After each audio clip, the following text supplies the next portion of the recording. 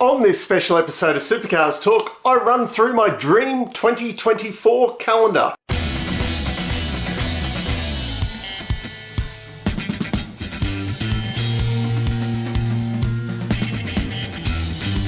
As I hinted at in my previous video this week, I've been doing this special on what I'm going to call my Dream 2024 calendar, because there was a little snippet out in the last week that said Supercars was looking at least 15 rounds for next year. So I've based my calendar off 15 rounds because I think that's pretty realistic, for something to aim for.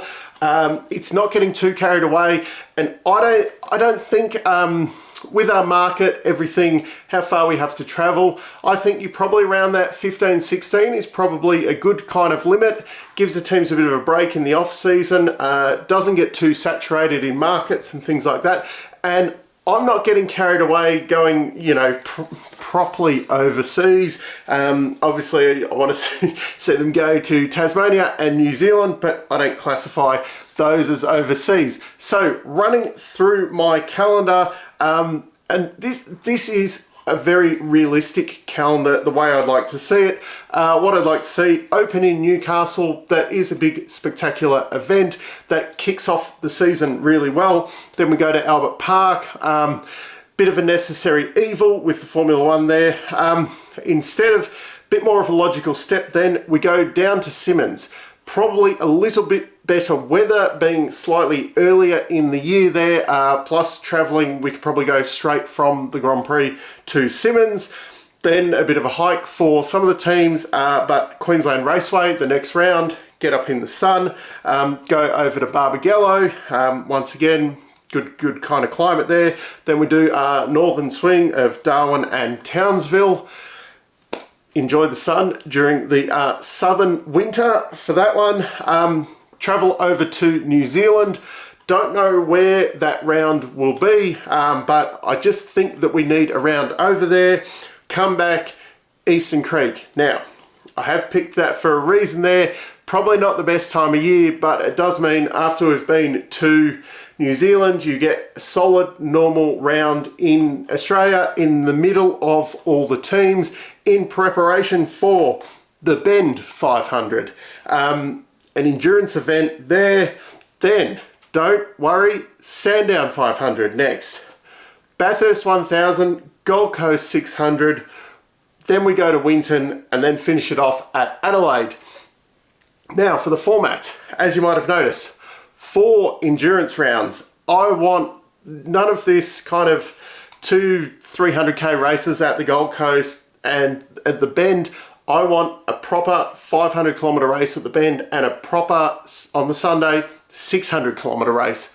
What I want to see though from these rounds is slightly different format, where we go back to that kind of Sandown format, where we have the 2 really short sprint races, one for the co-drivers, one for the main drivers, you have maybe a 20-minute qualifying session with the main drivers, sets the grid for the co-driver race, main driver race, and then that sets the grid for. So you do get some action on the Saturday. That is the format for the 3 500 and 600k races. Bathurst follows its normal format.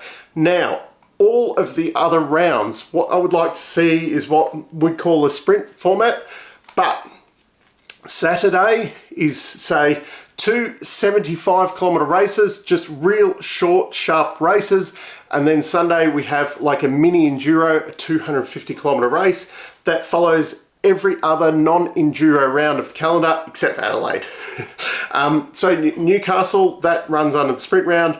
Adelaide though, that being the end of the year, gets its big send-off to 250k races. Just seems to work well around Adelaide.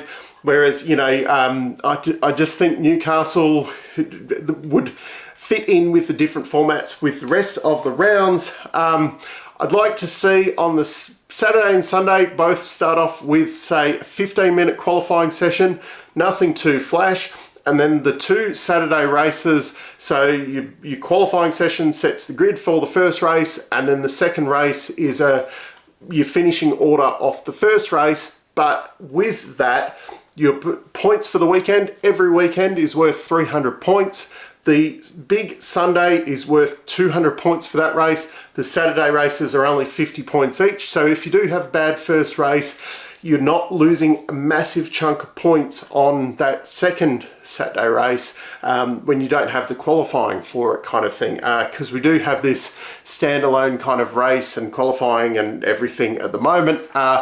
I'd like to see, even if we just tried it for the year and see how that kind of progressive grid thing, and then Sunday back to its own standalone thing. I don't want to get carried away with top 10 shootouts everywhere. I think Darwin, because it's a bit of a thing there, Sunday they get their top 10 shootout like normal. Bathurst gets a top 10 shootout, and then Adelaide you have a top 10 shootout on each days. But I don't like how we kind of, there's so much qualifying that happens and so little racing. So on even on these sprint weekends, if we went to a 2-day format where you had a practice on Saturday morning, a short qualifying session, a couple of short races, but you did get to see the cars, out on track a lot of times. And then Sunday, you get a little qualifying session and then a big race. So there is something to see each day.